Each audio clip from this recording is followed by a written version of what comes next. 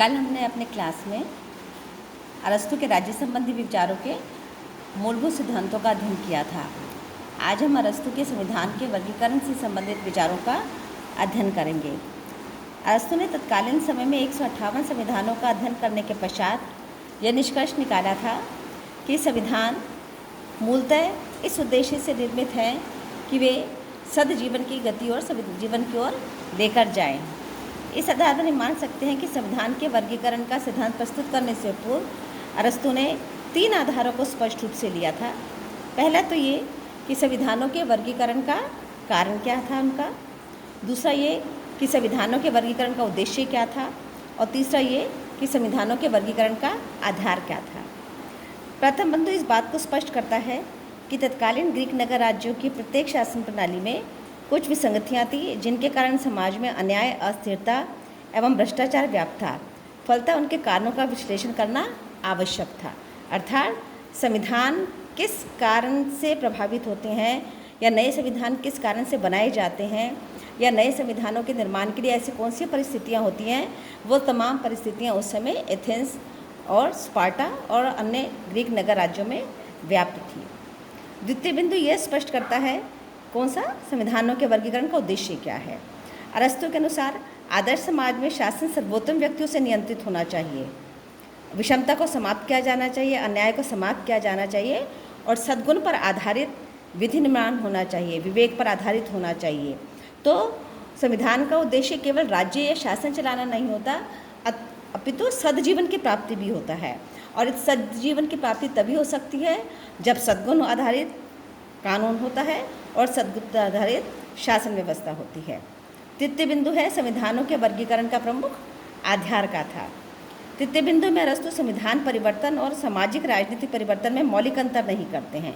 उनका मानना है कि अगर हम संविधान परिवर्तन की बात कर रहे हैं तो स्वतः ही उसमें राज्य के शासन का परिवर्तन और सामाजिक स्वरूप का परिवर्तन भी निहित है।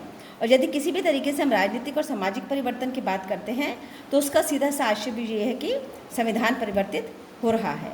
एवं इन 2 आधारों को स्पष्ट करते हुए अरस्तु ने मूलभूत जो प्रश्न लिए वो ये कि वर्गीकरण अगर संविधानों का किया जाए तो उसके 2 मूल आधार होंगे। पहला ये कि शासन करने वाले व्यक्तियों की संख्या कितनी है, और दूसरा ये कि शासन करने वाले उद्देश्यों के आधार क्या हैं। उपरोक्त 2 आधारों को अरस्तु ने शासन से भी संबंधित किया और इसे स्पष्ट करते मैं इस तालिका के माध्यम से आपको स्पष्ट करती हूँ। इस संविधानों का वर्गीकरण क्या, इसमें मैंने पहला जो इसकी वो बनाई है टेबल, इसमें यह है कि शासन करने वालों की संख्या 1 भी हो सकती है, कुछ भी हो सकती है और अनेक भी हो सकती है। तो अगर एक व्यक्ति अच्छा शासन करता है उसका सर्वश्रेष्ठ रूप क्या माना जाता है, राजतंत्र माना जाएगा। यदि कुछ व्यक्ति अच्छा शासन करते हैं और उनका सर्वश्रेष्ठ रूप है तो क्या माना जाएगा, कुलीन तंत्र माना जाएगा। यदि अनेक व्यक्ति शासन करते हैं, ज़्यादा लोगों की भागीदारी शासन तंत्र में होती है तो उसे क्या माना जाता है, मध्यम राज्य या पॉलिटी माना जाता है। लेकिन यदि एक व्यक्ति द्वारा किया गया शासन का विकृत रूप प्रस्तुत होता है तो उसे क्या बोला जाता है, उसे निरंकुश तंत्र बोला जाता है। और यदि कुछ व्यक्तियों द्वारा किए गए शासन का विकृत रूप प्रस्तुत होता है तो उसे क्या बोला जाता है, वर्ग तंत्र, जिसमें किसी वर्ग विशेष के हितों का विशेष ध्यान रखा जाता है और उनको संरक्षण प्रदान किया जाता है। तीसरा है जब अनेक व्यक्तियों द्वारा शासन किया जाता है तो उसको बोलते हैं मध्यम राज्य या पॉलिटी। लेकिन इसी को यदि अन्य रूप में परिभाषित करें तो हम इसे कहते हैं भीड़तंत्र या लोकतंत्र। वास्तविक रूप में शासन के विकृत रूप को वो भीड़तंत्र या लोकतंत्र के रूप में स्पष्ट करते हैं और शासन के अनेक व्यक्तियों द्वारा किए गए शासन को वो पॉलिटी या मध्यम राज्य के रूप में अभिव्यक्त करते हैं। वस्तुतः अरस्तु शासन में संविधान परिवर्तन की प्रक्रिया को एक चक्रीय सिद्धांत के द्वारा समझाते हैं कि एक के बाद दूसरा, दूसरे के बाद तीसरा, तीसरे के बाद चौथा, इस तरह से करके 6 तरीके की शासन प्रणालियाँ अपनी अव्यवस्था और असंतोष के कारण अगली शासन प्रणाली को जन्म देती हैं।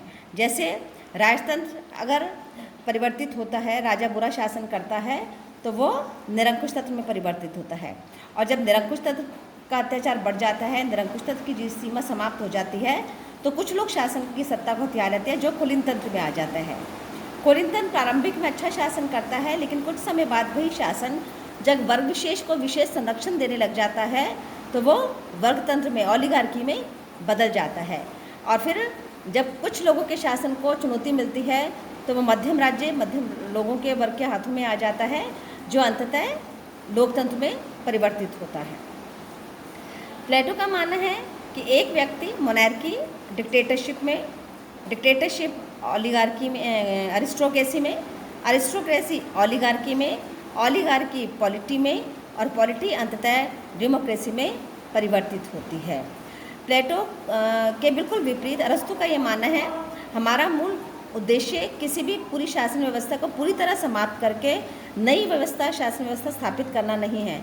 हमारा उद्देश्य यदि राजतंत्र में कुछ कमियां हैं तो उन कमियों को समाप्त करके हम किस प्रकार से उसको एक अच्छे शासन व्यवस्था में बनाए रख सकते हैं ताकि वो निरंकुश तंत्र में परिवर्तित नहीं हो सकते। और यदि कुलीन तंत्र है तो किस प्रकार हम उसकी विशेषता को बनाकर या उसकी विषमताओं को समाप्त कर कर या उसकी जो कमियां हैं उसको समाप्त कर कर हम उसको वर्गतंत्र में परिवर्तित होने से रोक सकते हैं। ठीक इसी प्रकार कोई भी अच्छा या मध्यम राज्य पॉलिटी लोकतंत्र या भीड़तंत्र में परिवर्तित नहीं हो, उसके रोकने का प्रयास करना भी मूल रूप से संविधान के वर्गीकरण के सिद्धांत में अरस्तु के उद्देश्यों को निहित करता है, स्पष्ट करता है।